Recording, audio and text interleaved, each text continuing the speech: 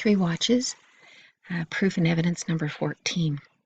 That thy church may come forth out of the wilderness of darkness. End of quote.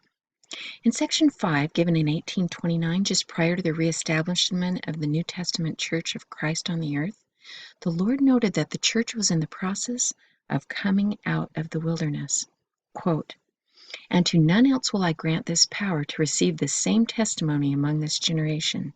In this, the beginning of the rising up and the coming forth of my church out of the wilderness, clear as the moon and fair as the sun, and terrible as an army with banners." End of quote. D&C 514. Then, in section 33, given in October 1830, after the church was reestablished, the Lord acknowledges that his church had come forth out of the wilderness. Quote, "And verily, verily, I say unto you, that this church have I established and called forth out of the wilderness." End of quote. D&C 33, verse 5.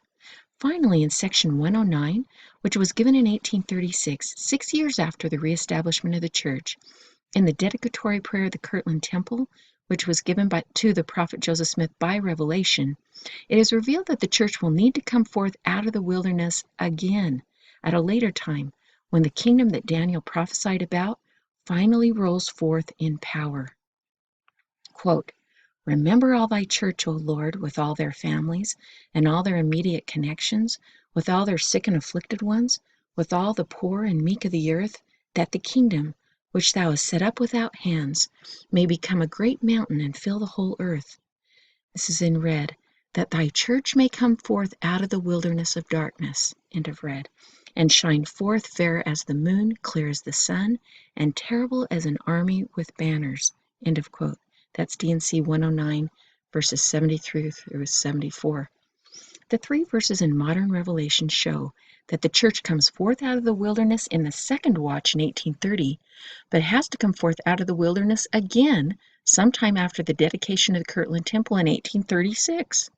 Here's another powerful evidence that the church comes out of the wilderness again in the last days, and that the marvelous work takes place at a future time. The church must come out of the wilderness again as the stone, kingdom of God, rolls forth.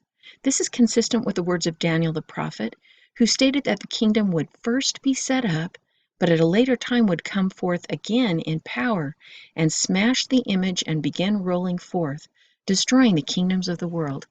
See also post 13. This is a classic example of how key word and key phrase searching can provide patterns and open up the scriptures so much faster than manually reading the scriptures chronologically.